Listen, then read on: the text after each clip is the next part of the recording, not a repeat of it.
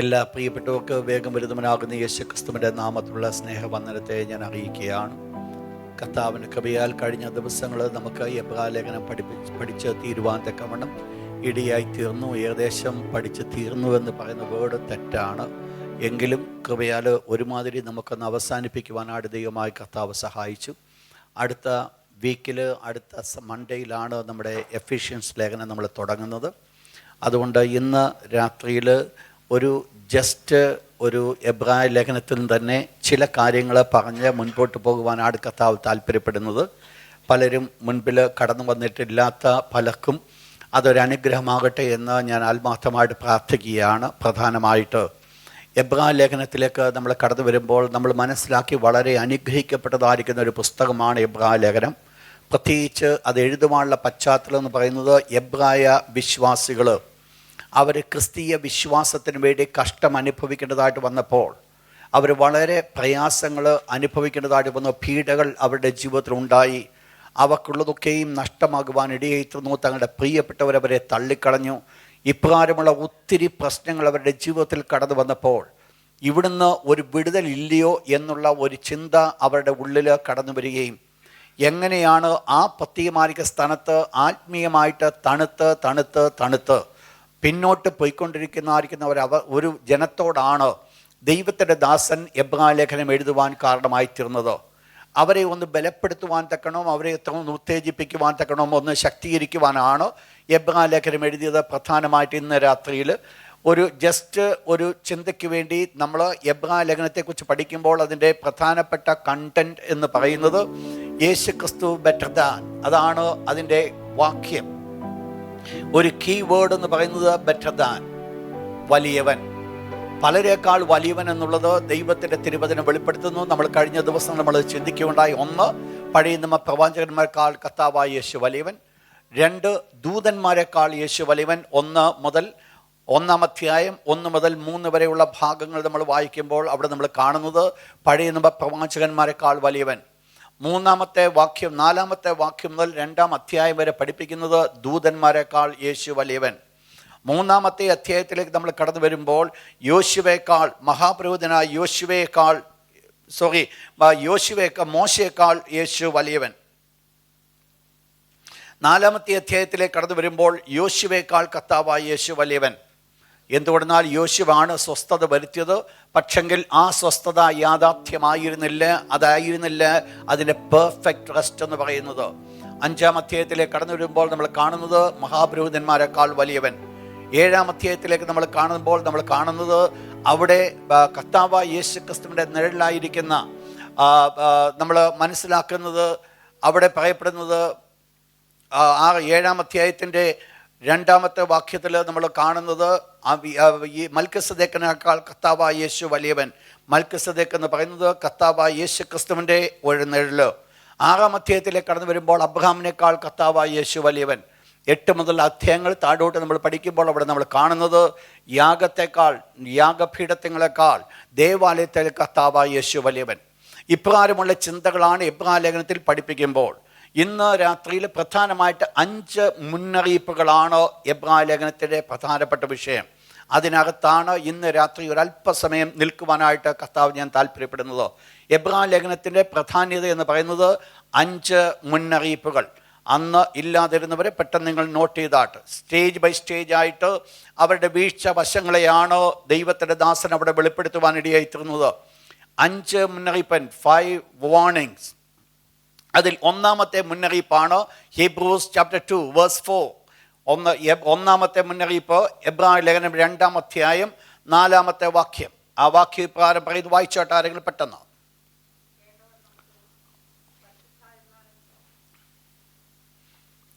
2:4.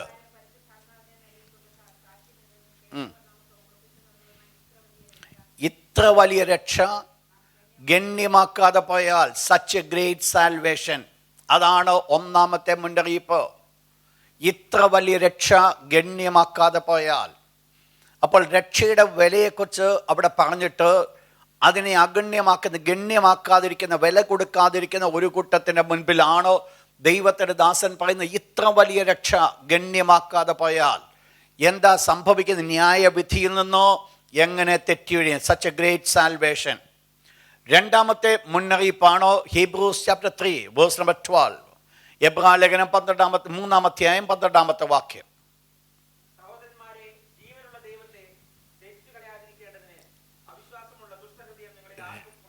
രണ്ടാമത്തെ മുന്നറിയിപ്പ്, do not have the heart of unbelief. അവിശ്വാസമുള്ള ദുഷ്ടഹൃദയം നിങ്ങളിലാർക്കും ഉണ്ടാകരുത്. Do not have the heart of unbelief. അവിശ്വാസമുള്ള ദുഷ്ടഹൃദയം നിങ്ങളിലാർക്കും ഉണ്ടാകരുത്. മൂന്നാമത്തെ മുന്നറിയിപ്പ്, ഹീബ്രൂസ് ചാപ്റ്റർ 5 വേഴ്സ് 12 and 13.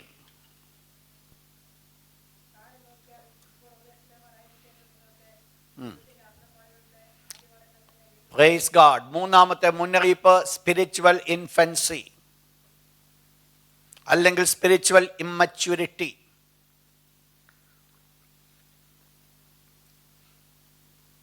കാലം നോക്കുമ്പോൾ ഉപദേഷ്ടാക്കന്മാരായിരിക്കേണ്ട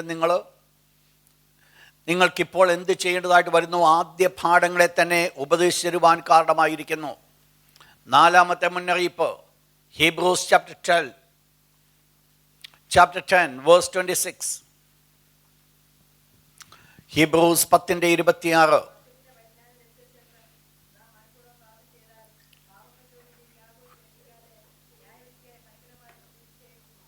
പ്രൈസ് ഗാഡ്. നാലാമത്തെ മുന്നറിയിപ്പാണ് പ്രസംഷ്യസ് സിൻ. സ്വമേധാ പാപങ്ങൾ അല്ലെങ്കിൽ മനഃപൂർവ്വം പാപം ചെയ്യുക. വിൽഫുൾ സിൻ, മനഃപൂർവ്വം പാപം ചെയ്യുക. അതൊരു വലിയ അപകടകരമായിരിക്കുന്ന ഒന്ന്.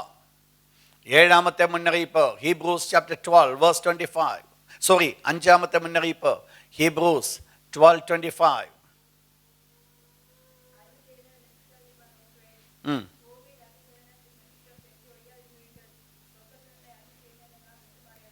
Praise God. Do not refuse the warning from above. മുകളിൽ നിന്നുള്ളതായിരിക്കുന്ന മുന്നറിയിപ്പിനെ നിങ്ങൾ ത്യജിച്ചു കളയരുത്. Do not refuse the warning from above. ഉയർത്തുന്നുള്ളതായിരിക്കുന്ന മുന്നറിയിപ്പിനെ നിങ്ങൾ ത്യജിച്ചു കളയരുത്. പ്രധാനമായിട്ട് എബ്രായലേഖനം നമ്മൾ പഠിക്കുമ്പോൾ 5 മുന്നറിയിപ്പുകളാണ് അതിൻ്റെ പ്രാധാന്യത. അതിൻ്റെ പശ്ചാത്തലം നിങ്ങൾ മനസ്സിലാക്കണം. വിശ്വാസത്തിൽ തളർന്നുകൊണ്ടിരിക്കുന്ന സ്ഥാനത്ത് അവരെ എൻകറേജ് ചെയ്യുവാൻ തക്കൊണ്ട് ദൈവത്തിൻ്റെ ദാസൻ രേഖപ്പെടുത്തതാണ് എബ്രായലേഖനം ആയിരിക്കുമ്പോൾ അവിടെ കടന്നു വരുവാൻ സാധിക്കുന്ന 5 വീഴ്ചകളെയാണോ നമുക്കവിടെ കാണുവാൻ സാധിക്കുന്നത്. അതിനകത്ത് ഇന്ന് രാത്രിയിൽ നിങ്ങൾ പലരും അവസാന ക്ലാസ്സുകൾ കടന്നു വന്നിരിക്കുന്നതുകൊണ്ട് ഞാൻ ആ ഭാഗങ്ങൾ വിട്ടുകൊണ്ട് അതിൻ്റെ 1-2 വിഷയങ്ങൾ മാത്രം നിങ്ങളുടെ മുൻപാകിൽ ഒന്ന് ഷെയർ ചെയ്യുവാനാണ് കർത്താവ് ഞാൻ താല്പര്യപ്പെടുന്നത്. ഒന്നാമത്തെ മുന്നറിയിപ്പ്, സച്ച് എ ഗ്രേറ്റ് സാൽവേഷൻ. ഇത്ര വലിയ രക്ഷ. എന്തുകൊണ്ടാണ് ദൈവത്തിൻ്റെ ദാസൻ ഈ രക്ഷ വലിയത് എന്ന് പറയുന്നത്? ഇത്ര വലിയ രക്ഷയെക്കുറിച്ച് പറയുമ്പോൾ അതിൻ്റെ ലിമിറ്റേഷൻ അദ്ദേഹത്തിന് അളക്കുവാൻ സാധിക്കുന്നില്ല. എന്താണ് അതിൻ്റെ വാല്യൂ എന്നുള്ളത് പൂർണ്ണമായിട്ട് കണ്ടുപിടിക്കുവാൻ സാധ്യമായിട്ടില്ല. തനിക്ക് പറയുവാൻ സാധിക്കുന്ന ഒറ്റ വേർഡ് ഇത്ര മാത്രമേ ഉള്ളൂ, ഇത്ര വലിയ രക്ഷ. അപ്പോൾ ആ രക്ഷയുടെ വലിപ്പം എന്തെന്ന് മനസ്സിലാക്കുവാൻ പോലും സാധ്യമാകുന്നതിൽ പൂർണ്ണതയിലേക്ക് തനിക്ക് കടന്നു വരുവാൻ സാധിക്കാതെ ആഫ്റ്റർ ഓൾ തനിക്ക് പറയുവാൻ സാധിക്കും, ഇത്ര വലിയ രക്ഷ നാം ഗണ്യമാക്കരുത്. എന്തുകൊണ്ട് ഇത് ഇത്ര വലിയതായി? അതിൻ്റെ പ്രധാനപ്പെട്ടതായിരിക്കും ചില കാരണങ്ങൾ ഞാൻ ഒന്നാമതായിട്ട് ചൂണ്ടിക്കാണിക്കട്ടെ. രക്ഷ വലുതാകുവാനുള്ള കാരണം. So great salvation.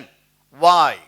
എന്തുകൊണ്ടാണ് ഈ സാൽവേഷൻ വിലയുള്ളതായത്? അതിൻ്റെ ഒന്നാമത്തെ വില, ലൂക്ക് ചാപ്റ്റർ 12 വേഴ്സ് 15. ലൂക്കോസ് 12-ാം അധ്യായം 15-ാമത്തെ വാക്യം. ഒന്നാമത്തെ രക്ഷയുടെ വാല്യൂ ആണ് അത്. എന്താണത്? Because of the seriousness of danger. അപകടത്തിൻ്റെതായിരിക്കുന്ന ഗാംഭീര്യം. ഒരു വലിയ അപകടം. ഇവിടെ ഭൗതികമായിട്ട് ഒരു വ്യക്തിയെ ചൂണ്ടിക്കാണിച്ചുകൊണ്ട് അരുമനാഥനാകുന്ന യേശു ക്രിസ്തു വെളിപ്പെടുത്തുന്ന ഒരു പ്രധാനപ്പെട്ട സത്യമാണ് നമ്മളിവിടെ കാണുന്നത്. അവസാനം കർത്താവായ യേശു ക്രിസ്തു ചോദിക്കുകയാണ്, തനിക്ക് തന്നെ താൻ ഓക്കെയാണ്, തനിക്ക് കുഴപ്പമില്ല, താനിന്നോ സമൃദ്ധിയിലെന്ന് ചിന്തിച്ചുകൊണ്ടിരിക്കുന്ന വ്യക്തി ജീവിതത്തോട് ദൈവം കർത്താവായ യേശു ക്രിസ്തു പറയുന്നൊരു വേർഡാണ്, അവിടെ പറയപ്പെടുന്നത്, ഇന്ന് രാത്രി നിന്റെ ജീവനെ നിന്നോട് ചോദിച്ചാൽ നീ ഒരുക്കി വെച്ചത് ആക്കാകും. അപ്പോൾ എന്താണ് സംഭവിക്കുവാൻ പോകുന്നത്? ഇവിടെ സംഭവിക്കുന്നത് ഒരു വലിയ അപകടമാണ് കടന്നു വരുന്നത്. എന്ത് അപകടമാണ് കടന്നു വരുന്നത്? രക്ഷ എന്നുള്ള വാക്കിൽ കൂടെ നമ്മൾ മനസ്സിലാക്കുന്നത് ഭയാനകമാകുന്ന ഏതോ വിപത്തിൽ നിന്ന് രക്ഷപ്പെടുക, എന്തോ വലിയ അപകടത്തിൽ നിന്ന് രക്ഷപ്പെടുക. എന്താണ് മാനവജാതി കടന്നുപോയതായിരിക്കുന്നത് അപകടം? ആദാം പാപം ചെയ്ത മുഖാന്തരമായിട്ട് സകല മനുഷ്യരും പാപത്തിൻ കീഴിലായിത്തീർന്നപ്പോൾ ആദാമ്യ പാപത്തിൽ നിന്ന് തൻ്റെ ജനത്തെ വിടുവിക്കുവാനാണ് യേശു ഈ ഭൂമിയിലേക്ക് കടന്നു വരുവാൻ കാരണമായി തീർന്നത്. അതുകൊണ്ട് രക്ഷയുടെ ഒന്നാമത്തെ വിലയാണ് ഈ നാം എന്താണ് രക്ഷപ്പെട്ടില്ലായിരുന്നുവെങ്കിൽ നമ്മുടേതായിരിക്കുന്ന അപകടം എന്താണ്? അതാണ് ഒന്നാമത്തെ വില. നിങ്ങൾ മനസ്സിലാക്കണം, ഇവിടെ രക്ഷപ്പെടുന്നില്ല എങ്കിൽ ഇതിന് ശേഷം രക്ഷപ്പെടുവാൻ ഒരു മാർഗവുമില്ല. ലാസറും ധനവാന്റെയും കഥയിൽ കൂടെ സംഭവത്തിൽ കൂടെ നമ്മൾ മനസ്സിലാക്കുന്നത്, ധനവാൻ രക്ഷപ്പെടുവാനായിട്ട് വളരെ ആഗ്രഹിച്ചുവെങ്കിലും സമയം നഷ്ടമാക്കി കളഞ്ഞതുകൊണ്ട് പിന്നീട് രക്ഷപ്പെടുവാൻ സാധ്യമായില്ല. അപ്പോൾ അതാണ് ദൈവത്തിൻ്റെ ദാസിൽ കൂടെ നമുക്ക് കാണുവാൻ സാധിക്കുന്നത്. അപ്പോൾ ഈ രക്ഷയുടെ ഒന്നാമത്തെ വില എന്ന് പറയുന്നത്, നാം അതിൻ്റെതായിരിക്കുന്ന ആ രക്ഷപ്പെട്ടില്ല എങ്കിൽ നാം അനുഭവിക്കേണ്ടതായിരിക്കുന്ന ഭയാനകമായിരിക്കുന്ന വിപത്താണ് രക്ഷയുടെ ഒന്നാമത്തെ വില നമുക്ക് തരുന്നത്. രണ്ടാമത്തെ വില 1 പത്രോസ് 1-ാം അധ്യായം 18-19 വാക്യം. 1 Peter chapter 1 verse 18 and 19.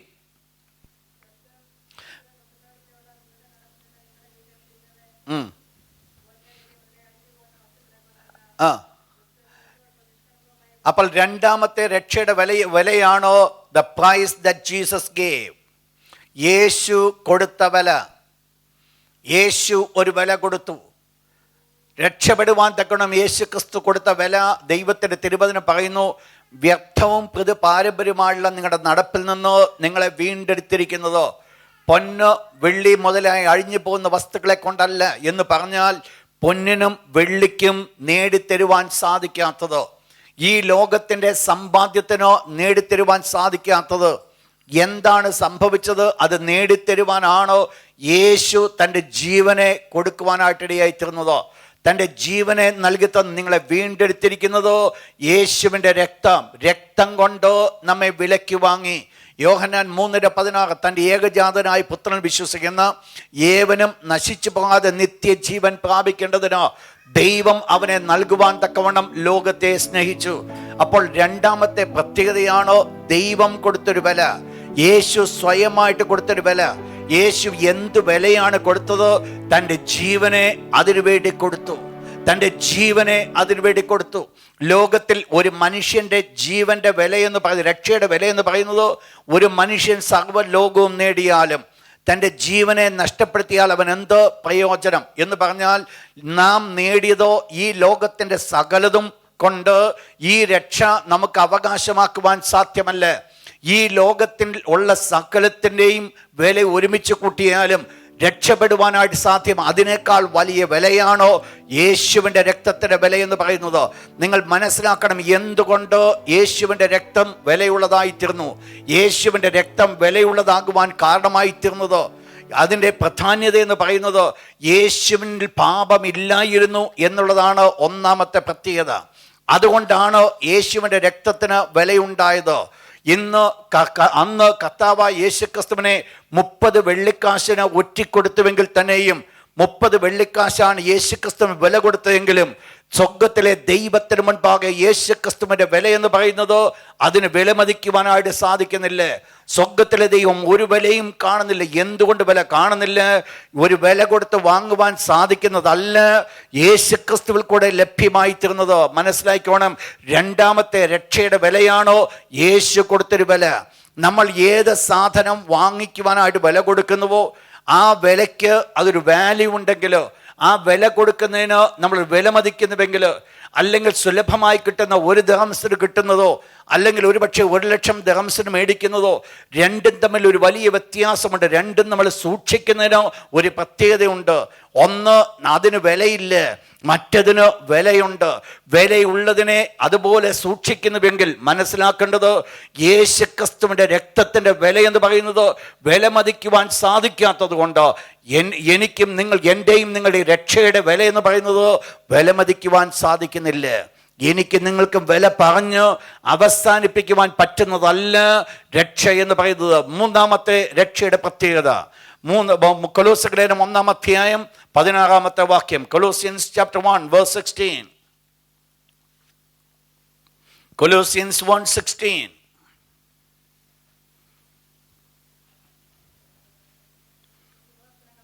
ആ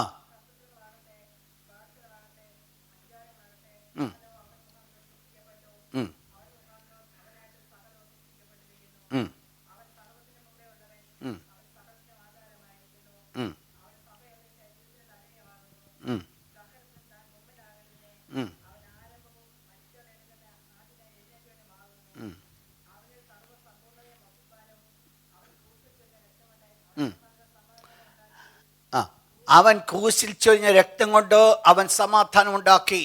അപ്പോൾ ഈ രക്ഷയുടെ മൂന്നാമത്തെ പ്രാധാന്യത, ഈ സാൽവേഷനാണോ brought us near to God, ദൈവത്തിൻ്റെ അടുക്കിലേക്ക് എന്നെ അടുപ്പിച്ചത്.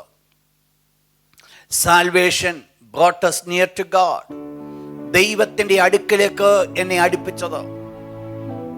നമ്മുടെ യാതൊരു നീതിപ്രവൃത്തി അല്ല ദൈവത്തിൻ്റെ അടുക്കിലേക്ക് നമ്മെ അടുപ്പിച്ചത് രക്ഷ. അതിന് കർത്താവായ യേശുക്രിസ്തു വില കൊടുത്തത് കൊണ്ട്, ആ രക്ഷയുടെ വില കൊടുത്തതാണോ ദൈവത്തിൻ്റെ അടുക്കിലേക്ക് അടുക്കുവാനുള്ള കാരണം. അവിടെ താഴെ നമ്മൾ കാണുന്ന ഭാഗം ഇപ്രകാരമാണ്.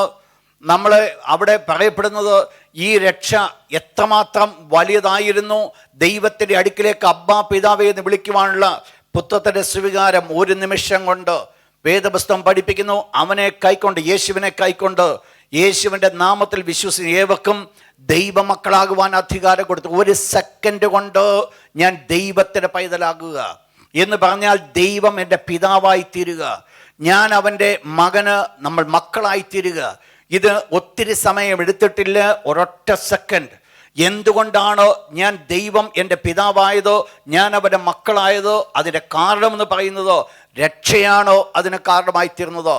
യേശുക്രിസ്തുവിൻ്റെ കാൽവക്കുശിലെ യാഗം അഥവാ രക്ഷ എൻ്റെ ജീവിതത്തിൽ ഇല്ലായിരുന്നുവെങ്കിൽ ദൈവത്തെ പിതാവേ എന്ന് വിളിക്കുവാനായിട്ടോ നമുക്ക് സാധ്യമാകത്തില്ല.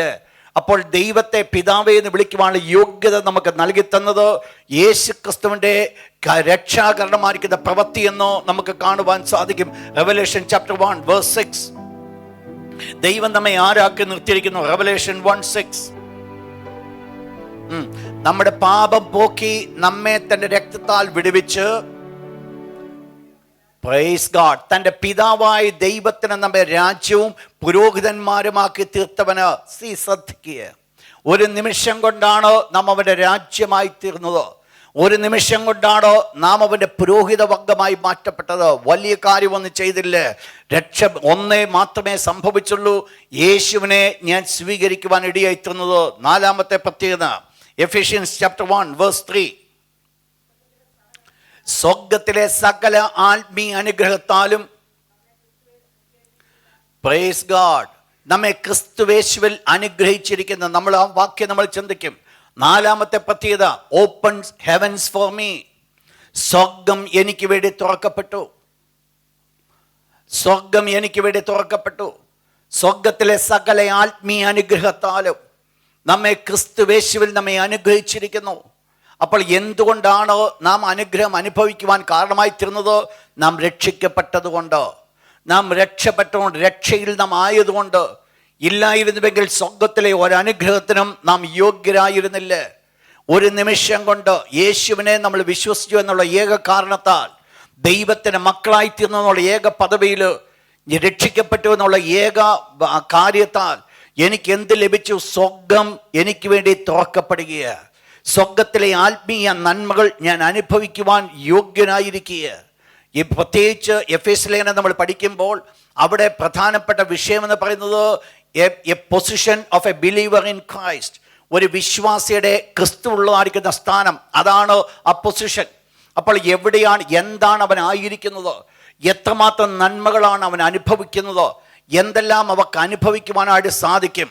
പ്രത്യേകിച്ച് ഒരു പാവങ്ങളെപ്പോലെ ജീവിക്കുവാനുള്ള ജീവിതമല്ല ക്രിസ്തീയ ജീവിതമെന്ന് വെളിപ്പെടുത്തുവാൻ വേണ്ടിയാണ് ദൈവത്തിൻ്റെ ദാസനാകുന്ന പൗലോസ് എഫേസ്യർക്ക് ഈ ലേഖനം എഴുതുന്നത്. ഇതിൽ കൂടെ നമുക്ക് ആദ്യം വെളിപ്പെടുത്തുന്ന ഒരു ഭാഗമാണോ സ്വർഗം എനിക്ക് വേണ്ടി തുറക്കപ്പെടുകയാണ്. ദൈവത്തിൻ്റെ വലിയ അനുഗ്രഹത്തിന് വേണ്ടി എന്നെ യോഗ്യനാക്കുക. നിങ്ങൾ ശ്രദ്ധിച്ചോണം, എത്ര ശ്രേഷ്ഠമായിരിക്കുന്ന ഒരു പദവിയാണോ സ്വർഗത്തിലെ ദൈവം എനിക്ക് തന്നത്. ഞാനും നിങ്ങളും അനുഭവിക്കുന്നതായിരിക്കുന്ന ആത്മീയ നന്മ, ഞാനും നിങ്ങളും കരങ്ങൾ ഉയർത്തി ദൈവത്തെ സ്തുതിക്കുമ്പോൾ, ദൈവ സാന്നിധ്യം ശക്തമായിട്ട് കടന്നു വരുമ്പോൾ ഞാനും നിങ്ങളും അനുഭവിക്കുന്നതായിരിക്കുന്ന സന്തോഷം. ആ സന്തോഷം എന്ന് പറഞ്ഞ ഭൂമിയിൽ ഒന്നിനും തരുവാൻ സാധിക്കുന്ന സന്തോഷമല്ല. പിന്നെയോ സ്വർഗത്തിലെ ദൈവം തൻ്റെ കൃപയാൽ നമ്മോട് കാണിക്കുന്ന കരുണയാ. എന്തുവാ അവിടെ സംഭവിച്ചതോ? സ്വർഗം എനിക്ക് വേണ്ടി തുറക്കപ്പെടുവാനായിട്ട് കാരണമായി തീർന്നത്. ദൈവ സാന്നിധ്യത്തിലേക്ക് ഞാൻ നിങ്ങൾ കടന്നു ചെല്ലുമ്പോൾ, ദൈവത്തിൻ്റെ പാദങ്ങൾ ഞാൻ നിങ്ങൾ മുട്ടുമടക്കുമ്പോൾ, ഞാൻ അനുഭവിക്കുന്നതായിരിക്കുന്ന ആത്മീയ നന്മകളോ ഭൗതിക നന്മകളോ ഏതുമായിക്കൊള്ളട്ടെ, എന്തിൻ്റെയും കാരണങ്ങൾ നിങ്ങൾ പറഞ്ഞാലും ഒന്നുകൊണ്ടും നമ്മുടെ യോഗ്യത കൊണ്ടല്ല നമ്മൾ പ്രാപിച്ചത്. സ്വർഗത്തിലെ ദൈവം നമ്മോട് കരുണ കാണിക്കുന്ന കരുണയാണോ അതെങ്കിൽ നിങ്ങൾ മനസ്സിലാക്കണം, എത്രമാത്രം വലിയ നന്മകളാണോ നമുക്ക് വേണ്ടി ദൈവം തുറക്കപ്പെടുവാനായിട്ട് കാരണമായി തീർന്നു. എന്തേ ചെയ്തുള്ളൂ? രക്ഷിക്കപ്പെട്ടു എന്നുള്ള ഒറ്റ കാരണം, വേറെ ഒന്നുമില്ല, മറ്റൊന്നും അതിനകത്തില്ല.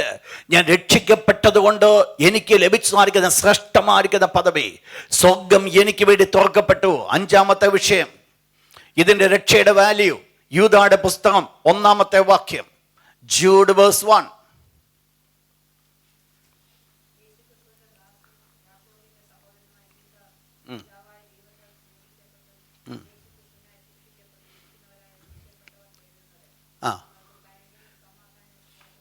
നെക്സ്റ്റ് വേർഡ് ഇവിടെ, പ്രിയരെ നമുക്ക് പൊതുവിലുള്ള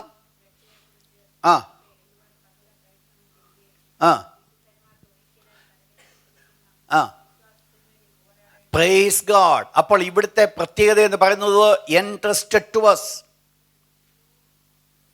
ഫോർ വൺസ്, ഒരിക്കലായിട്ട് എൻ്റെ കരങ്ങൾ ഫലമേൽപ്പിച്ചതാണോ ഇത്. എനിക്ക് തട്ടിക്കളിക്കുവാനുള്ള പാവയല്ല രക്ഷ എന്ന് പറയുന്നത്. രക്ഷിക്കപ്പെട്ടു എന്ന് പറയുമ്പോൾ എനിക്ക് എങ്ങനെയും ജീവിക്കുവാൻ പറ്റുന്ന ഒരു കാര്യമല്ല. ദൈവത്തിൻ്റെ തിരുവചനം പറയുന്നത് എൻ്റെ കരങ്ങൾ ദൈവം തന്നിരിക്കുന്ന ഒരു വലിയ ദാനമാണ്. ദൈവത്തിൻ്റെ കൃപയാൽ ഞാൻ അനുഭവിക്കുന്ന വലിയ ദയയാണ്. അപ്പോൾ ഇത് പക്ഷെ ഒരു പ്രത്യേകതയുണ്ട്, ഇത് എന്നും അത് കണ്ടിന്യൂ ചെയ്തു പോകുമെന്നല്ല അവിടെ പറയുന്നത്. ദൈവത്തിൻ്റെ ദാസനെ പ്രകാരം പറയുന്നു, ഒരിക്കലായിട്ട് ഫലമേൽപ്പിച്ചിട്ടുള്ള വിശ്വാസത്തിന് വേണ്ടി. അപ്പോൾ രക്ഷയെന്ന് പറയുന്നത് ഒരിക്കലായിട്ട് ഫലമേൽപ്പിച്ചിരിക്കുക, ഇൻട്രസ്റ്റ് വൺസ്, ഒരിക്കൽ മാത്രമായിട്ട് തന്നിരിക്കുക. അപ്പോൾ ഈ ഒരിക്കൽ മാത്രം തന്നിരിക്കുന്നത് കൊണ്ട് അതിനെ എത്രമാത്രം സൂക്ഷ്മതയോടുകൂടെ കൈകാര്യം ചെയ്യേണ്ടതാകുന്നു എന്നുള്ളത് നമ്മൾ മനസ്സിലാക്കണം. ആത്മീയമായിട്ട് നാം അനുഭവിക്കുന്ന സകല നന്മകളും, നാം അനുഭവിക്കുന്ന പരിശുദ്ധാത്മാവിൻ്റെ അഭിഷേകം, പരിശുദ്ധാത്മാവിൻ്റെ കൃപാവരങ്ങൾ ഏതുമായിക്കൊള്ളട്ടെ, നിങ്ങൾ എന്തും നിങ്ങൾ എടുത്തു നോക്കിയോ, അതൊക്കെ ദൈവത്തിൻ്റെ ദാസൻ പറയുവാനുള്ള ഒരു കാര്യമുണ്ട്. ഇത് ഞങ്ങളുടെ സ്വന്തമെന്നല്ല, ഈ നിക്ഷേപം മൺപാത്രങ്ങൾ പകർത്തപ്പെട്ടിരിക്കുകയാൽ ഏത് സമയത്തും അത് പൊട്ടിച്ചു കളയുവാനായിട്ട് സാധിക്കും. പക്ഷെങ്കിൽ അത് ഈ മൺപാത്രങ്ങൾ പകർന്നിരിക്കുന്നത് കൊണ്ട് ഒരിക്കൽ പോലും അത് പൊട്ടിച്ചു കളയാതെ സൂക്ഷ്മതയോടുകൂടെ കൈകാര്യം ചെയ്യുന്നുവെന്നാണോ ദൈവത്തിൻ്റെ ദാസന് പറയുവാനുള്ളത്. പ്രിയപ്പെട്ടവരെ, നമ്മൾ മനസ്സിലാക്കണം, രക്ഷ എന്ന് പറയുന്നത് കളിച്ച് നടക്കുന്ന ഒരു കാര്യമല്ല, കളിപ്പിക്കുവാനുള്ള കാര്യമല്ല. മറ്റുള്ളവരെ ഒരുപക്ഷെ നമുക്ക് കളിപ്പിക്കുവാൻ സാധിക്കുമെന്നാൽ ഒന്ന് മനസ്സിലാക്കേണ്ടിയിരിക്കുന്നു, സ്വർഗത്തിലെ ദൈവത്തെ നമുക്ക് ഒരിക്കലും കളിപ്പിക്കുവാനായിട്ട് സാധ്യമല്ല. ഒരിക്കലായിട്ട് ഫലമേൽപ്പിച്ചിരിക്കുന്ന രക്ഷ ഒരിക്കലായിട്ട് മാത്രമാണ് ഏൽപ്പിച്ചു വന്നിരിക്കുന്നത് എന്ന് പറയുമ്പോൾ, ഈ ലോകത്തിൽ വെച്ച് എനിക്ക് ആ രക്ഷ ഈ ലോകത്തിൽ ഞാൻ ജീവിക്കുന്നിടത്തോളം കാലം ആ രക്ഷ എനിക്ക് അനുഭവിക്കുവാനായിട്ട് സാധിക്കും. പക്ഷെങ്കിൽ പലപ്പോഴും സംഭവിക്കുന്ന ഒരു വിഷയമുണ്ട്. പ്രത്യേകിച്ച് നമ്മൾ അടുത്ത വിഷയത്തിലേക്ക് കടന്നു വരുമ്പോൾ കാണുവാൻ സാധിക്കും, ദൈവത്തിൻ്റെ ദാനത്തെ നമ്മൾ നിസ്സാരമായിട്ട് നമ്മൾ എണ്ണുമ്പോൾ പിന്നീട് ഒരിക്കൽ പോലും മടങ്ങി വരുവാൻ സാധ്യമാകാതെ ദൈവത്തിൽ നിന്ന് എന്നേക്കുമായിട്ട് അകന്നു പോകുന്ന ഒരു അവസ്ഥയാണോ ദൈവമക്കളുടെ ജീവിതത്തിൽ കടന്നു വരുന്നത്. വേദപുസ്തകം പറയുന്നു, സത്യത്തിന്റെ പരിജ്ഞാനം ലഭിച്ച ശേഷം നാം മനഃപൂർവ്വം പാപം ചെയ്താൽ പാപങ്ങൾക്ക് വേണ്ടി ഇനി യാതൊരു യാഗവും ശേഷിക്കാതെ എതിരികളെ ദഹിപ്പിക്കുവാനുള്ള തീ മാത്രമേ ഉള്ളുവെന്നാണ് ദൈവത്തിന്റെ വചനം എന്ന് പറഞ്ഞാൽ ഒരു പർട്ടിക്കുലർ സമയം വരെ ദൈവം നോക്കുന്നു. ആ സമയം കഴിയുമ്പോൾ ദൈവം ശിക്ഷിക്കുവാനായിട്ട് കാരണമായി തീർന്നു എന്ന് പറഞ്ഞാൽ രക്ഷ അവിടെ വെച്ച് മാറ്റപ്പെടുകയാണ്. പിന്നീട് വരുന്നത് നീതിയുള്ള ന്യായാധിപതിയായിട്ട്. നിങ്ങൾ മനസ്സിലാക്കണം, ഇസ്രായേൽ മക്കൾക്ക് ദൈവം തെറ്റ് ചെയ്തപ്പോൾ പല വട്ടങ്ങൾ രക്ഷപ്പെടുവാൻ ദൈവം മനസ്സ് കൊടുത്തു. എന്നാൽ പല വട്ടങ്ങൾ അവർ പിന്മാറ്റത്തിലേക്ക് കടന്നു പോയപ്പോൾ ദൈവികമായിരിക്കുന്ന ശിക്ഷയാണോ അവരുടെ ജീവിതത്തിൽ കടന്നു വന്നത്? അപ്പോൾ ശ്രദ്ധിക്കേണ്ട ഒരു വിഷയമാണോ നമുക്ക് ലഭിച്ചിരിക്കുന്ന ഒരിക്കലായി നമ്മുടെ മേൽ ഫലമേൽപ്പിച്ചിരിക്കുന്ന വിശ്വാസത്തിന് വേണ്ടി, രക്ഷയ്ക്ക് വേണ്ടി പോരാടിക്കൊണ്ടിരിക്കേണ്ടതോ എനിക്കും നിങ്ങൾക്കും ആവശ്യമാണ്. എന്തെല്ലാം നഷ്ടമാക്കി കളഞ്ഞാലും രക്ഷ നഷ്ടമാക്കരുത്. ദാവീദിനോട് വിളിച്ചു ചോദിച്ചാൽ ദാവീദ് ഇപ്രകാരം പറയും, തൻ്റെ ജീവിതത്തിൽ പാപം കടന്നു വന്നപ്പോൾ രക്ഷ നഷ്ടപ്പെട്ടുവെങ്കിൽ ആ ദാവീദ് മിണ്ടാതെ, ദാവീദ് പറയുന്നു, മിണ്ടാതെ ഇരുന്നപ്പോൾ നിത്യമായ ഞരക്കത്താൽ എൻ്റെ അസ്ഥികൾ ക്ഷയിച്ചു പോയി, രാവും പകലും നിന്റെ കൈ എൻ്റെ മേൽ ഭാരമായിരുന്നു. എന്നിട്ട് താൻ പറയുന്ന 51-ാം സംഗീതത്തിൽ പറയുന്ന ഒരു ഭാഗമുണ്ട്. അവിടെ പറയപ്പെടുന്നത്, ദൈവമേ നിന്റെ രക്ഷയുടെ സന്തോഷം എനിക്ക് തിരികെ തരണമേ. ശ്രദ്ധിക്കണം, ആ ദൈവദാസന്റെ ഹൃദയത്തിന്റെ വലിയ വാഞ്ച, ദൈവദാസന്റെ വലിയ ആഗ്രഹം. നമുക്കറിയാം, നമ്മുടെ ജീവിതത്തിൽ രക്ഷയുടെ സന്തോഷമാണോ ഏത് പ്രതികൂലങ്ങളെയും മുൻപോട്ട് നയിക്കുന്നത്, ഏത് പ്രതിസന്ധികളെയും തരണം ചെയ്യുവാൻ സാധിക്കുന്നത്? ഹബക്കുക്കിന്റെ ജീവിതത്തിലോ ആ രക്ഷയുടെ സന്തോഷമാണോ? കന്നുകാലി ഇല്ലായെങ്കിലും, ഗോശാലകൾ ഒന്നുമില്ലായെങ്കിലും, അത്തിവൃക്ഷം തളുത്തില്ലായെങ്കിലും ഞാൻ യഹോവയിൽ സന്തോഷിക്കും, ഞാൻ പട്ടിണി കിടക്കുമെന്നല്ല ഇവിടെ പറഞ്ഞത്, ഞാൻ യഹോവയിൽ സന്തോഷിക്കുമെന്ന് പറഞ്ഞുകൊണ്ട് ദൈവത്തിൽ ഞാൻ ആനന്ദിക്കുമെന്ന് പറയപ്പെടുവാനുള്ള കാരണം, ഇപ്രകാരമുള്ള ഭൗതികമായ നന്മകൾ എനിക്ക് നഷ്ടപ്പെട്ടാലും എൻ്റെ സന്തോഷം എന്നിൽ നിന്ന് മാറ്റപ്പെടത്തില്ല. ലോകപ്രകാരമുള്ളവനേക്കാൾ സന്തോഷമായിട്ട് ജീവിക്കുമെന്ന് പറയുവാനുള്ള കാരണമെന്ന് പറയുന്നത് രക്ഷയുടെ വില എന്തെന്നുള്ളതോ അവർ മനസ്സിലാക്കിയെന്നുള്ളത്. ഇന്ന് രാത്രി മനസ്സിലാക്കണം, രക്ഷയുടെ വില ഞാൻ മനസ്സിലാക്കുമ്പോഴാണ് ദൈവം എത്രമാത്രം അതിനെ സൂക്ഷ്മതയോടുകൂടെ പരിപാലിക്കണമെന്നുള്ളത് ഞാനും നിങ്ങളും മനസ്സിലാക്കുവാനിടയായി തീരുന്നത്. നെക്സ്റ്റ് എന്താണ് രക്ഷയുടെ പ്രത്യേകത? അതിന്റെ എബ്രായ ലേഖനം 2-ാം അധ്യായം 1-ാമത്തെ വാക്യത്തിലേക്ക് കടന്നു വന്നാണ്. Hebrews chapter 2 verse number 1. അതുകൊണ്ട് നാം വല്ലപ്പോഴും ഒഴുകിപ്പോകാതിരിക്കേണ്ടതിനോ, പ്രൈസ് ഗോഡ്, കേട്ടത് അധികം ശ്രദ്ധയോടെ കരുതിക്കൊള്ളുക. എബ്രായ ലേഖനം 1-ാം അധ്യായം 2-3 വാക്യം കൂടെ. Hebrews chapter 1 verse 2 and 3. ഈ അന്ത്യകാലത്ത് പുത്രൻ മുഖാന്തരം, പ്രൈസ് ഗോഡ്, ദൈവത്തിന്റെ തിരുവചനം പറയുന്നു, നമ്മൾ വായിച്ചു നൽകുക 2-ാം അധ്യായത്തിൽ കാണുന്നത്, കേട്ടത് അധികം ശ്രദ്ധയോടെ. അത് ഒഴുക്കിക്കളയുവാനല്ല, അത് മുറുകെ പിടിച്ചോണം. എന്താണ്, ആരാണ് സംസാരിച്ചത്? ദൈവത്തിന്റെ തിരുവചനം പറയുന്നു, ഈ അന്ത്യകാലത്ത്, അവസാന കാലത്തിലേക്ക് കടന്നു വന്നപ്പോൾ, ദ ലാസ്റ്റ് ഡേയ്സ് വന്നപ്പോൾ, അതിനു മുൻപ് സംസാരിച്ചത് മറ്റു പലരുമായിരുന്നു. എന്നാൽ ഇപ്പോൾ സംസാരിക്കുന്ന മറ്റു പലരുമല്ല, പിന്നെയോ സ്വർഗ്ഗസ്ഥനായ ദൈവം തന്നെ, അഥവാ പുത്രൻ നമ്മോട് അരുളി ചെയ്തിട്ട്, മനുഷ്യൻ ദൈവത്തിന്റെ പക്കൽ നിന്ന് പ്രാപിച്ചതായിരിക്കുന്ന ദൈവത്തിന്റെ വചനം മനുഷ്യർക്ക് കൊടുത്തപ്പോൾ അതിൽ വീഴ്ചകൾ വരുത്തുവാൻ ഇടയായിത്തീർന്നവരെ ശിക്ഷിക്കുവാനായിട്ട് സ്വർഗത്തിലെ ദൈവം കാരണമായി തീർന്നുവെങ്കിൽ, ഇതൊരു മനുഷ്യനല്ല സംസാരിക്കുന്നതോ, ദൈവത്തിന്റെ പുത്രനാണോ അരുളി ചെയ്യുന്നത്? സ്വർഗത്തിലെ ദൈവം തന്നെയാണ് സംസാരിക്കുന്നത്. സ്വർഗത്തിലെ ദൈവത്തിന്റെ അരുളപ്പാടാണോ നമുക്കിവിടെ കാണുന്നത്? സ്വർഗത്തിലെ ദൈവമാണ് അരുളി ചെയ്തത്. ഞാൻ പറയട്ടെ, ദൈവത്തിന്റെ തിരുവചനം അവിടെ നമ്മൾ കാണുന്നു. വീണ്ടും ഒരിക്കൽ കൂടെ എബ്രായ ലേഖനം 1-ാം അധ്യായം 2-3 വാക്യത്തിലേക്ക് കടന്നു വന്നാണ്. Hebrews chapter 1 verse number 2 and 3.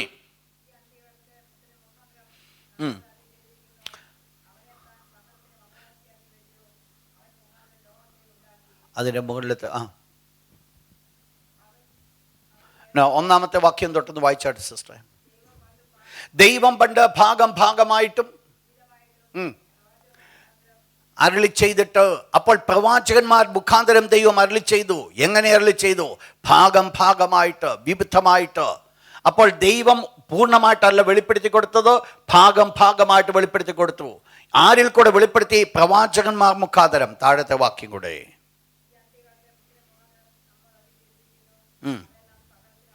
Praise God. 2-ാം അധ്യായത്തിന്റെ 2-ാമത്തെ വാക്യം കൂടെ. അരുളി ചെയ്ത വചനം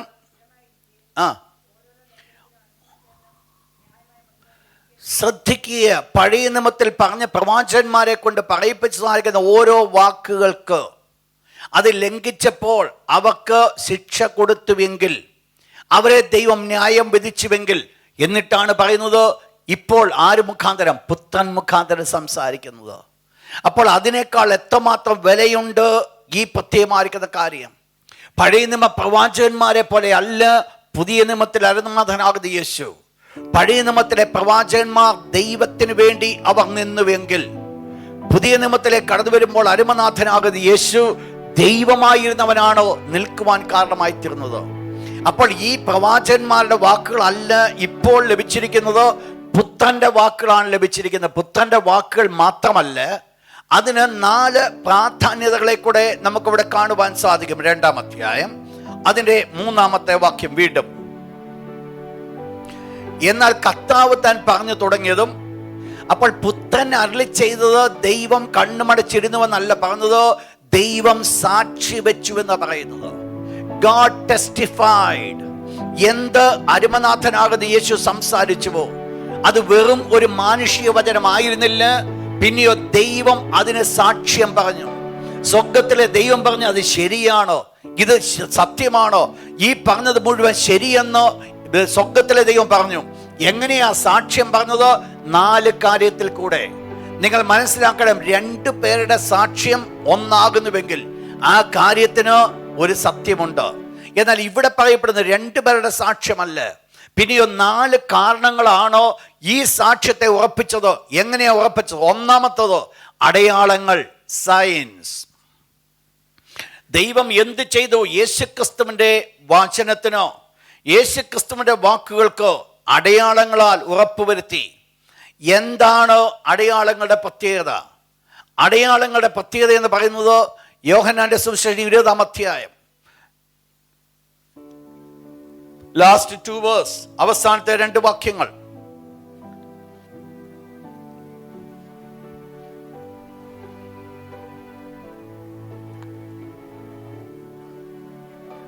മറ്റനേക അടയാളങ്ങളും യേശു തൻ്റെ ശിഷ്യന്മാർക്ക് ചെയ്തു. നെക്സ്റ്റ് വേർഡ്, എന്നാൽ യേശു ദൈവപുത്രനെന്നോ നിങ്ങൾ വിശ്വസിക്കേണ്ടതിനും. അപ്പോൾ ഈ അടയാളങ്ങൾ എന്ന് പറയുന്നത് വെറുതെ എഴുതി വച്ചിരിക്കുന്നതല്ല. അടയാളങ്ങൾ എന്തിനെ വെളിപ്പെടുത്തുന്നു? യേശു ദൈവപുത്രനെന്നോ, Jesus is the son of God, അതാണ് വെളിപ്പെടുത്തുന്നത്. അതാണ് അടയാളങ്ങൾ കൂടെ പറഞ്ഞുകൊണ്ടിരുന്നത്. എവിടെയെല്ലാം ദൈവത്തിൻ്റെ അടയാളങ്ങൾ കാണുന്നുണ്ട് അവിടെയൊക്കെ യേശുക്രിസ്തുവിനെയാണ് ഉയർത്തിക്കാട്ടുവാൻ സാധിക്കുന്നത്. 1 ദൈവം അടയാളങ്ങൾ, 2 അത്ഭുതങ്ങളാൽ, വണ്ടേഴ്സ്.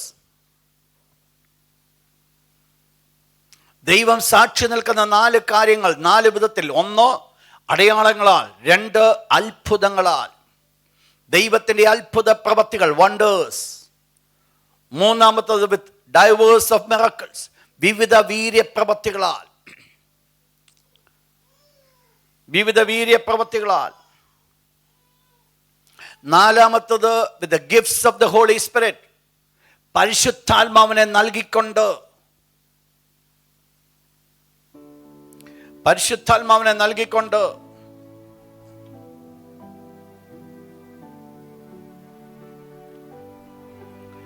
ഇത്രയും രീതിയിലാണ് കൺഫേം ചെയ്തത്.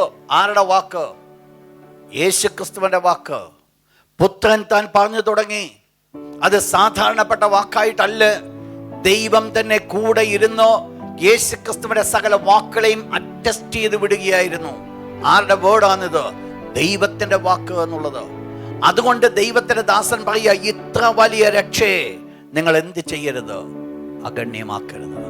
ഇത്ര വലിയ രക്ഷയെ നഷ്ടപ്പെടുത്തി കളയരുത്. ഇത്ര വലിയ രക്ഷയെ വിലയില്ലാതാക്കി മാറ്റരുത്. നെക്സ്റ്റ് വേർഡിലേക്ക് ഞാൻ കടന്നു പോകട്ടെ. 2-ാമത്തെ വിഷയം, warning against unbelief. Do not have the heart of unbelief.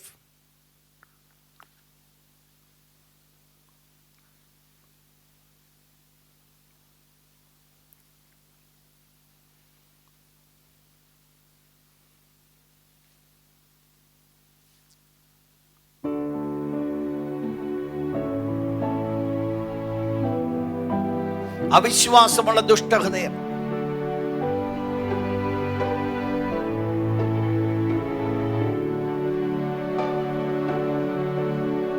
എന്താണ് ദുഷ്ടഹൃദയം? Wicket heart. അത് എങ്ങനെ ഡെവലപ്പ് ചെയ്ത് വരുന്നു? എന്താണോ അതിൻ്റെ സ്റ്റെപ്സ്? എന്താണോ ആ ദുഷ്ടതയുള്ള ഹൃദയം വെളിപ്പെടുത്തുന്നത്? വായിച്ചിട്ട് വീണ്ടും ഒരിക്കൽ കൂടെ എബ്രായലേഖനം 3-ാം അധ്യായം അതിൻ്റെ 8 മുതലുള്ള വാക്യം. എന്താണ് അവിശ്വാസമുള്ള ദുഷ്ടഹൃദയത്തിനെ നടത്തുന്നത്? എന്താണ്? There are 7 steps. 7 സ്റ്റെപ്പുകളെയാണ് നമ്മൾ കാണുന്നത്.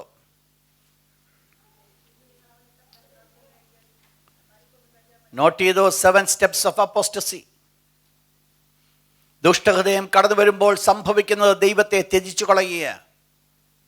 അപ്പോസ്റ്റസി, ദൈവത്തെ ത്യജിച്ചു കളയുക. അതാണ് അതിൻ്റെ ഫൈനൽ എൻഡ്. അപ്പോൾ 7 steps, 7 സ്റ്റെപ്പുകളാണ് അപ്പോസ്റ്റസിയിലേക്ക് കടന്നു വരുന്നതിന് മുൻപായിട്ട് കടന്നു വരുന്നത്. 7ാമത്തെ സ്റ്റെപ്പാണ് അപ്പോസ്റ്റസി. The first one. എന്തു വന്നു? വായിച്ചിട്ട് അതിൻ്റെ 8ാമത്തെ വാക്യം. ഇന്ന് നിങ്ങൾ അവൻ്റെ ശബ്ദം കേൾക്കുന്നുവെങ്കിൽ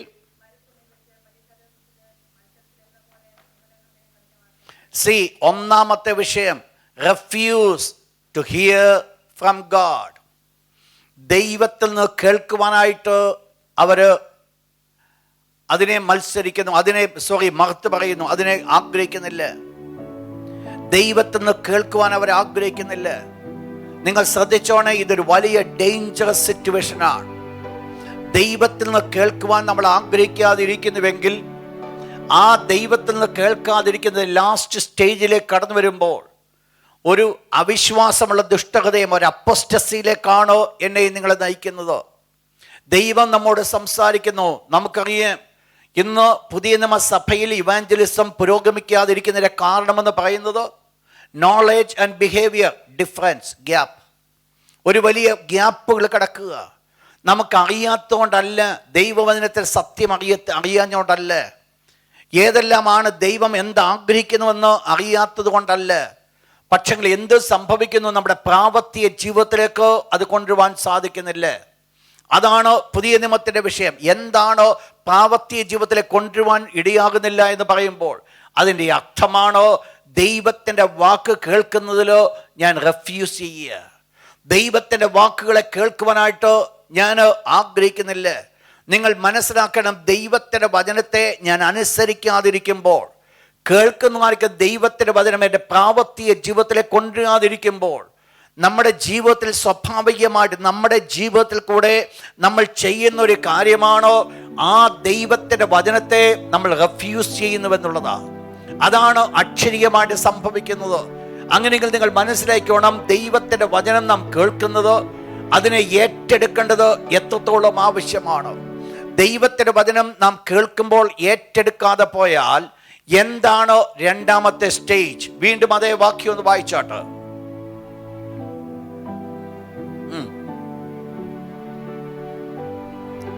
2ാമത്തെ പോർഷനാണ് ഹാർഡ്നെസ് ഓഫ് ഹാർട്ട്. ഹൃദയം കഠിനപ്പെടുക. അത് ഏതിൻ്റെ കുഴപ്പമാണോ? റെഫ്യൂസ് ചെയ്തതിൻ്റെ കുഴപ്പം. ദൈവത്തിൻ്റെ സ്വരം കേട്ടിട്ട് അനുസരിക്കാതിരുന്നതിൻ്റെ കുഴപ്പം. ദൈവത്തിൻ്റെ സ്വരം കേട്ടിട്ട് ഗൗരവമാക്കാതിരുന്നതിൻ്റെ കുഴപ്പം.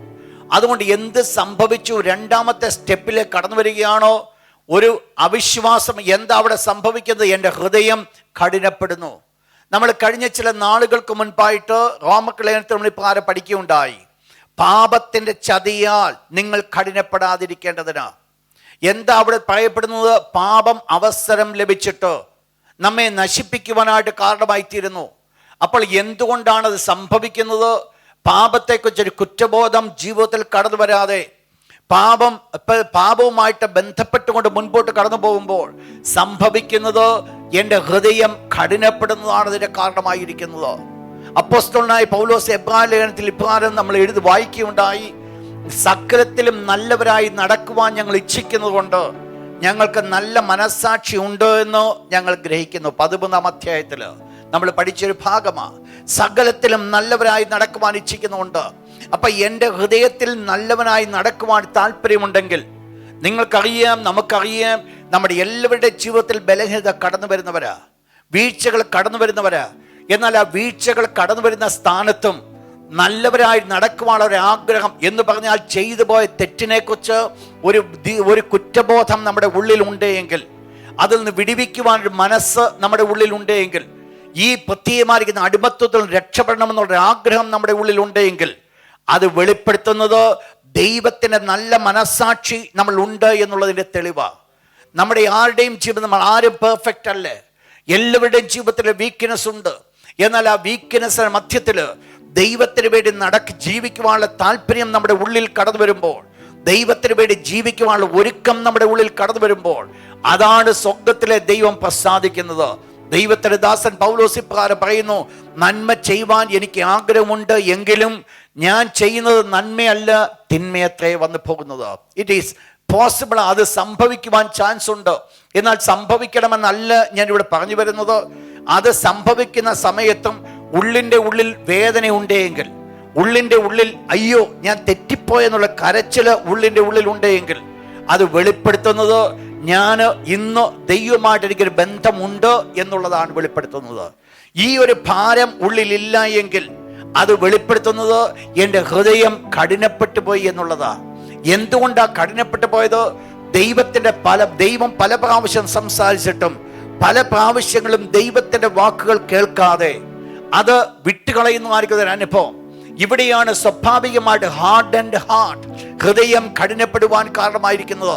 ശ്രദ്ധിക്കണം, ദൈവത്തിന്റെ സ്വരം കേൾക്കുവാനായിട്ട്, അനുസരിക്കുവാനായിട്ട് നാം മനസ്സൊരുക്കം കാണിച്ചില്ല എങ്കിൽ വളരെ പെട്ടെന്ന് നെക്സ്റ്റ് സ്റ്റെപ്പിലേക്ക് നാം കടന്നു വരുന്നതോ നമ്മുടെ ഹൃദയം കഠിനപ്പെടുകയാണ്. മൂന്നാമത്തെ പ്രത്യേകത എന്ന്, മൂന്നാമത്തെ പ്രശ്നം എന്ന് പറഞ്ഞത് വേഴ്സ് 12, 12 വാക്യം. അപ്പോൾ ദുഷ്ടഹൃദയത്തിന്റെ പ്രത്യേകത, മൂന്നാമത്തെ സ്റ്റെപ്പ്, ഇറ്റ്സ് അൺബിലീഫ് ഹാർട്ട്, അവിശ്വസിക്കുന്നു, അവിശ്വാസമുള്ള ദുഷ്ടഹൃദയം. It's brings unbelief. അതാണ് consequence of the hard heart. ദുഷ്ടഹൃദയത്തിന്റെ കോൺസിക്വൻസ്, പരിണത-ഫലമാണ്. ദുഷ്ടഹൃദയം കൊണ്ട് സംഭവിക്കുന്നതായിരിക്കുന്ന ഒരു കുഴപ്പം, ദുഷ്ടഹൃദയം കൊണ്ട് സംഭവിക്കുന്നതായിരിക്കുന്ന അടുത്ത സ്റ്റെപ്പ് എന്ത് സംഭവിക്കുന്നു? അവിശ്വസിക്കുന്നു. എന്തിനെ അവിശ്വസിക്കുന്നു? ദൈവത്തിന്റെ വചനത്തെ അവിശ്വസിക്കുന്നു. നോഹയുടെ മരുമക്കൾ പറഞ്ഞതുപോലെ ഈ പുള്ളി പറയുന്ന മുഴുവൻ വെറും കളിയ, തമാശ പറയുക എന്ന് പറഞ്ഞു. എന്താ സംഭവിച്ചത്? അവരുടെ ഹൃദയം ഹാർഡൻഡ്. അവർക്കത് തമാശ പോലെ മാത്രമേ തോന്നിയുള്ളൂ. വലിയ വില അവർ കൊടുക്കുവാൻ സാധിച്ചില്ല. നിങ്ങൾ മനസ്സിലാക്കണം, ഹൃദയത്തില് കാഠിന്യം കടന്നു വരുമ്പോൾ, കഠിന ഹൃദയത്തിന്റെ അടുത്ത സ്റ്റെപ്പാണ്, താഴോട്ട് പോകുന്ന നെക്സ്റ്റ് സ്റ്റെപ്പാണ് അൺബിലീഫ് എന്ന് പറയുന്നത്, അവിശ്വാസം എന്ന് പറയുന്നത്. ഓട്ടോമാറ്റിക്കായിട്ട് അവിശ്വാസം കടന്നു വരും. നമ്മൾ ദൈവത്തിന്റെ വചനത്തെ നമ്മൾ വിശ്വസിക്കുന്നില്ല, ദൈവത്തിന്റെ വചനത്തെ നമ്മൾക്ക് താല്പര്യമില്ല, ദൈവത്തിന്റെ വചനം പറയുന്നത് സത്യമാണ് നമ്മൾ അറിയുന്നില്ല, അതിനെക്കുറിച്ചൊരു ഭയം നമ്മുടെ ഉള്ളിലില്ല, അതിനെക്കുറിച്ചൊരു വേദന നമ്മുടെ ഉള്ളിലില്ല. എന്താ സംഭവിക്കുന്നത്? ഈ ദൈവത്തിന്റെ വചനത്തെക്കുറിച്ചുള്ള ഭയം നമ്മൾ മാറ്റിയത് നമ്മുടെ ഹൃദയത്തിലെ നമ്മുടെ ദുഷ്ടഹൃദയമാകുന്നുവെന്ന് കാണുവാൻ സാധിക്കും. അതിന്റെ നാലാമത്തെ സ്റ്റെപ്പ്, അതിന്റെ 8 വാക്യം, വേഴ്സ് 8. മത്സരത്തിൽ എന്ന പോലെ നെക്സ്റ്റ് പോർഷൻ ആണോ അൺബിലീഫ് കടന്നു വരുമ്പോൾ അടുത്ത സ്റ്റെപ്പ് ഓപ്പൺ റെബല്യൻ, മത്സരിക്കുക. ഓൾറെഡി അവിശ്വാസമുള്ള ദുഷ്ടഹൃദയമായി. ആ ദുഷ്ടഹൃദയമാണ് നമ്മുടെ ഉള്ളിൽ നമ്മൾ അവിശ്വാസം കൊണ്ടുവന്നത്. അവിശ്വാസം കൊണ്ടുവന്ന് കഴിയുമ്പോൾ അതിൻ്റെ നെക്സ്റ്റ് സ്റ്റെപ്പ് എന്ന് പറയുന്നത് റെബല്യൻ, മത്സരിക്കുക. ഇതാണ് ഇസ്രായേൽ മക്കൾക്ക് സംഭവിച്ചത്.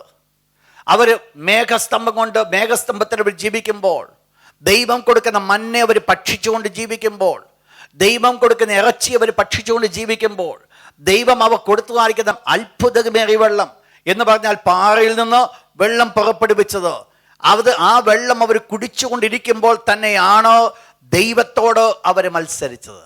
ഇതാണ് പ്രത്യേകത. എന്താണ് സംഭവിച്ചത്? ഈവൻ ദൈവികമായിരിക്കുന്ന അനുഗ്രഹങ്ങളുടെ നിറവിൽ അവർ ജീവിക്കുമ്പോഴും, ദൈവികമായിരിക്കുന്ന അനുഗ്രഹങ്ങൾ അവർ അനുഭവിച്ചു കൊണ്ടിരിക്കുമ്പോഴും അവരുടെ ഉള്ളിൽ ദൈവവുമായിട്ടൊരു ബന്ധമില്ലാതിരുന്നത്, അവിശ്വാസമുള്ള ദുഷ്ടഹൃദയം അവരിൽ ഉണ്ടായിരുന്നത്, ദൈവത്തിൻ്റെ വചനത്തെ വിശ്വസിക്കാതിരുന്നത്, അതാണ് അവർ എതിർക്കുവാനായിട്ട് കാരണമായി തീർന്നത്. സ്വർഗത്തിലെ ദൈവം പറഞ്ഞു, നിങ്ങളുടെ മത്സര ബുദ്ധി കൊണ്ട് നിങ്ങൾക്ക് 40 ദിവസം 40 വർഷമാക്കി മാറ്റുമെന്ന് പറഞ്ഞപ്പോൾ അവർ ഒരുമിച്ച് കൂടിക്കൊണ്ട് ഒരു കാര്യം ചിന്തിച്ചു, ഇല്ല, ഞങ്ങളങ്ങ് പർവ്വതത്തിലേക്ക് കയറാൻ പോവുക. മോശ അവരോട് പറയുണ്ടായി, നിങ്ങൾ പർവ്വതത്തിൽ കയറരുത്, നിങ്ങൾ ദൈവത്തോട് നിങ്ങൾ മത്സരിക്കരുത്. ശ്രദ്ധിക്കണം, എവിടെ ജീവിക്കുന്നവരാണ് നിങ്ങൾ മനസ്സിലാക്കണം. ദൈവികമായിരിക്കുന്ന കൃപ അനുഭവിച്ചുകൊണ്ട് ജീവിക്കുന്നവർ, ദൈവ മേഘസ്തംഭത്തിന് കീഴിൽ അവരായിരിക്കുന്നവർ, ദൈവത്തിൻ്റെ ഓരോ നിമിഷവും നന്മകൾ അവരനുഭവിച്ചു കൊണ്ടിരിക്കുന്നവർ, ദൈവത്തിൻ്റെ നന്മകൾ അവരനുഭവിച്ചു കൊണ്ടിരിക്കുമ്പോൾ തന്നെയാണ് ദൈവത്തോട് അവർ മത്സരിക്കുവാനായിട്ട് കാരണമായി തീർന്നത്. ഇസ്രായേൽ മക്കളുടെ ജീവിതത്തെ നമ്മൾ പഠിക്കുമ്പോൾ അവരുടെ മത്സരബുദ്ധി ഒത്തിരി നമുക്കറിയാം. കോരഹ്, ദാദാൻ, അബീരാമ് മത്സരിച്ചു മത്സരം എന്ന് വേണ്ട മത്സരങ്ങൾ ധാരാളമായിട്ടുണ്ട്. എന്ത് സംഭവിച്ചു? എന്താ അവിടെ സംഭവിച്ചത്? അവരുടെ ഹൃദയം കഠിനപ്പെട്ട് അവരുടെ ഹൃദയത്തിലേക്ക് അവിശ്വാസം കടന്നു വന്നപ്പോൾ പിന്നീട് ദൈവവചനത്തോട് അവർ മത്സരിക്കുന്നു. നെക്സ്റ്റ് പോയിന്റ്, 4ാമത്തെ portion, departure from the living God. ജീവനുള്ള ദൈവത്തെ ത്യജിച്ചു കളഞ്ഞു. 4ാമത്തത്, depart from the living God. ജീവനുള്ള ദൈവത്തിൽ നിന്ന് മാറിപ്പോയി. നെക്സ്റ്റ് ആണ് open rebellion. Departure from the living God. ജീവനുള്ള ദൈവത്തിൽ നിന്ന് അവർ ത്യജിച്ചു കളഞ്ഞു. ജീവനുള്ള ദൈവത്തെ അവർ വിട്ടുകളഞ്ഞു. നിങ്ങൾ മനസ്സിലാക്കണം, സ്റ്റെപ്പ് ബൈ സ്റ്റെപ്പായിട്ട് അവർ വീണുകൊണ്ടിരിക്കുക, അവർ താഴേക്ക് വരിക. അപ്പോൾ എന്ത് സംഭവിച്ചു? ജീവനുള്ള ദൈവത്തെ അവർ ത്യജിച്ചു കളഞ്ഞു. നെക്സ്റ്റ് പോർഷൻ, വേഴ്സ് 10, 10ാമത്തെ വാക്യം. അവർ എപ്പോഴും തെറ്റിപ്പോകുന്ന ജനമെന്നോ എന്ന് പറഞ്ഞാൽ they continue in their own sin. അവരുടെ പാപത്തിൽ തന്നെ അവർ ജീവിച്ചു കൊണ്ടേയിരിക്കുന്നു.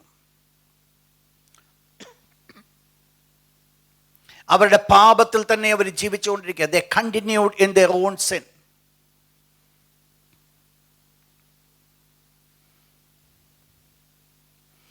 ഒന്നാമത്തെ point, refuse to hear God. രണ്ടാമത്തത്, the hardness of the heart. മൂന്നാമത്തത്, അൺബിലീഫ്. 4ാമത്തെ, departure from the living God. 5, open rebellion. 6ാമത്തത്, കണ്ടിന്യൂ ഇൻ സിൻ. അവരുടെ പാപത്തിൽ അവർ കണ്ടിന്യൂ ചെയ്തു. അതിൽ നിന്ന് മാറ്റപ്പെടുവാൻ അവർ ആഗ്രഹിച്ചില്ല. അവസാനത്തെ പോയിന്റ്, വേഴ്സ് 11, അതാണ് അപ്പോസ്റ്റസി. അവർ എൻ്റെ സ്വസ്ഥതയിൽ പ്രവേശിക്കയില്ല എന്ന് ഞാൻ എൻ്റെ ക്രോധത്തിൽ സത്യം ചെയ്തു. അവരുടെ അവസാന വീഴ്ചയിലേക്ക് അവർ കടന്നു വരികയാണ്. എന്താ സംഭവിച്ചത്? ആദ്യം സംഭവിച്ചത് എന്താ? ദൈവത്തിൻ്റെ വചനത്തോട് അവർ അനുസരണക്കേട് കാണിച്ചു.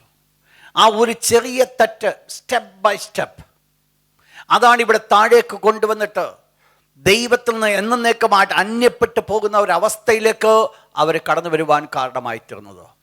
ഇന്ന് രാത്രി നമുക്ക് നമ്മെ തന്നെ ശാന്തമായിട്ട് ദൈവത്തിന് മുമ്പാകെ ഒന്ന് ചിന്തിച്ച് നോക്കിയാട്ട്, ദൈവത്തിൻ്റെ തിരുവനന്തപുരം മുമ്പിൽ നാം ആയിരുന്നപ്പോൾ ദൈവികമായിരിക്കുന്ന നന്മകൾ നമ്മൾ ധാരാളമായിട്ട് അനുഭവിക്കുന്നുണ്ട്, ദൈവികമായിരിക്കുന്ന കൃപകൾ നമ്മൾ ധാരാളമായിട്ട് അനുഭവിക്കുന്നുണ്ട്. എന്നാൽ ഒന്ന് ദൈവം അറിയുവാൻ ആഗ്രഹിക്കുന്നു. ഒരു പക്ഷെങ്കിൽ മേഘസ്തംഭത്തിന് കീഴിലായിരിക്കാം നാം വസിക്കുന്നത്. ഒരു പക്ഷെങ്കിൽ മന്ന, സ്വർഗീയ മന്ന കൊണ്ട് നമ്മെ തൃപ്തരാക്കി പോഷിപ്പിച്ചുകൊണ്ടിരിക്കുന്നതായിരിക്കുക, അല്ലെങ്കിൽ ദൈവം ഇറച്ചി തന്ന് നമ്മെ പോറ്റുന്നുണ്ടായിരിക്കുക, അല്ലെങ്കിൽ വെള്ളം തന്ന് നമ്മെ മാനിക്കുന്നുണ്ടായിരിക്കുക.